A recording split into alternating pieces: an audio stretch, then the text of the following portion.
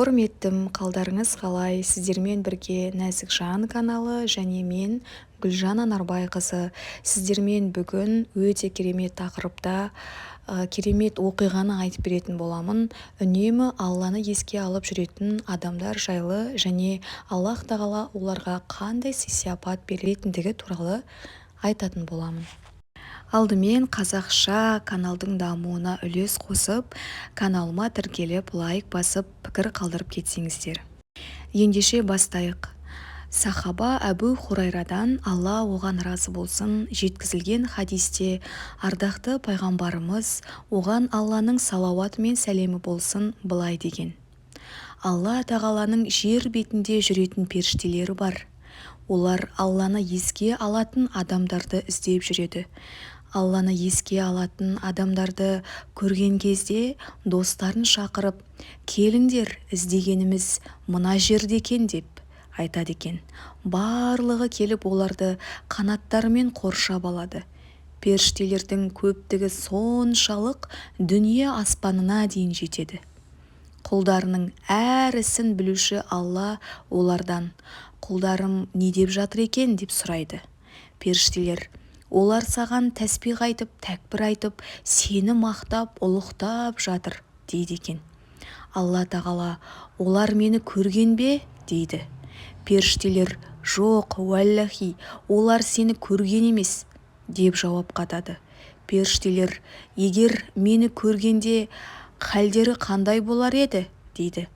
Періштелер: егер олар сені көргенде одан да көп ғибадат жасап, одан да қатты ұлықтап, одан да көп тәсбих жасар еді деп жауап береді. Алла тағала: олар жәннатты көрген бе дейді. Періштелер: жоқ, көрмеген деп жауап қатады. Алла тағала: егер көргенде не істейтін еді деп сұрайды. Періштелер: егер жәннатты көргенде одан қатты құлшынып, одан қатты ұмтылып, одан да қатты қызығар еді деп жауап береді.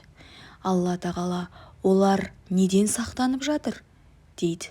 Сонда періштелер: тозақтың отынан сақтануда деп жауап қатады. Алла тағала: олар тозақтың отын көріп пе еді дейді. Періштелер: жоқ, көрмеген деп жауап береді. Алла тағала: егер көргенде не істейтін еді деп сұрайды. Періштелер: егер олар тозақ отын көргенде одан бетер сақтанып, одан бетер қорыққан болар еді деп жауап береді. Алла тағала: ей періштелерім, сендер куә болыңдар, мен оларды кешірдім дейді. Сонда періштелердің арасынан біреуі: олардың арасында құлшылық ниетімен емес, басқа да бір мәселемен кездейсоқ барып қалған адамдар да бар дегенде, Алла тағала: бұл олармен бірге отырғандардың ешбірі де тозақ отына түспейтін жамағат деп айтты. Имам Науаи, Алла оны рахымына алсын, Алланы еске алу тілмен де, жүрекпен де орындалады. Ең абзалы тіл мен жүректі қатар қолдану. Егер біреумен ғана шектелу керек болса, жүрекпен еске алған абзал. Мақтаншақтықтан сақтану мақсатында тек жүрекпен еске алып, тілмен еске алуды назардан тыс қалдыруға да болмайды. Алланы еске алғанда тек оның ризалығын ғана ниет ету керек дейді.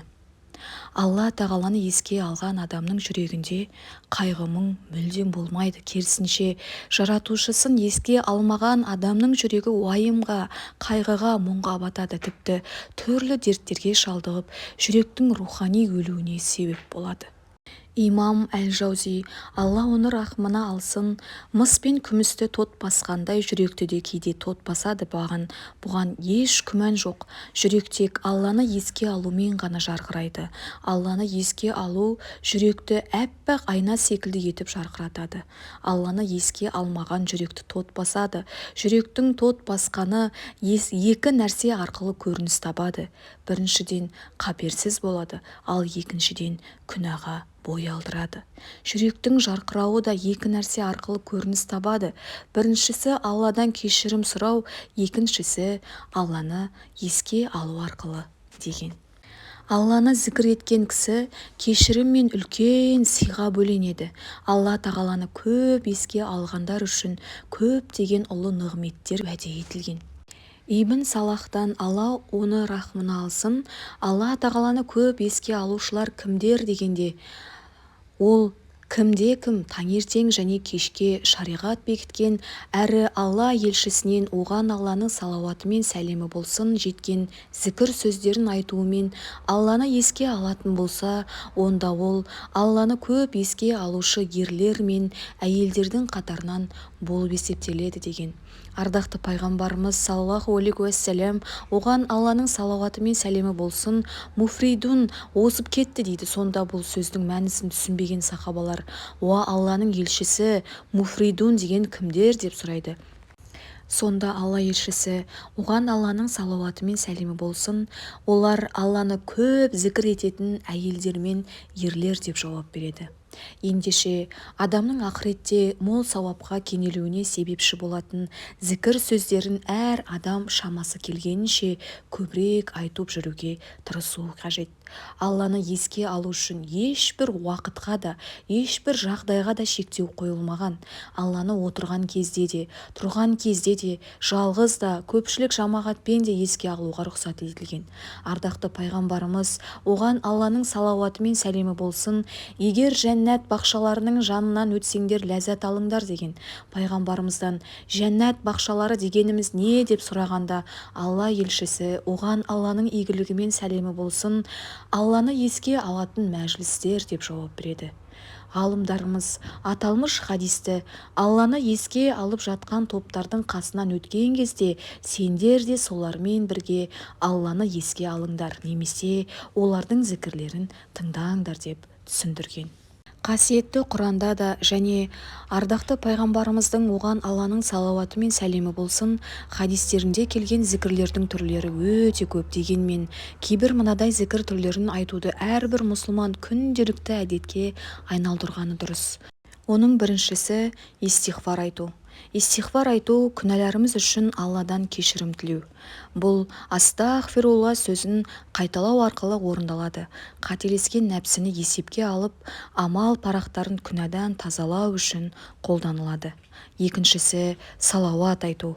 Ол Алланың елшісі пайғамбарымыз саллаллаху алейхи уассаламға үнемі салауат айту. Кім маған бір салауат айтса, Алла тағала оған 10 салауат айтады деген.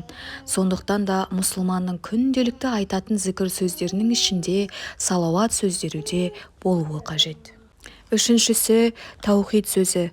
Алла тағаладан басқа тәңір жоқ. Ол жалғыз, иелік пен мақтау тек оған тән.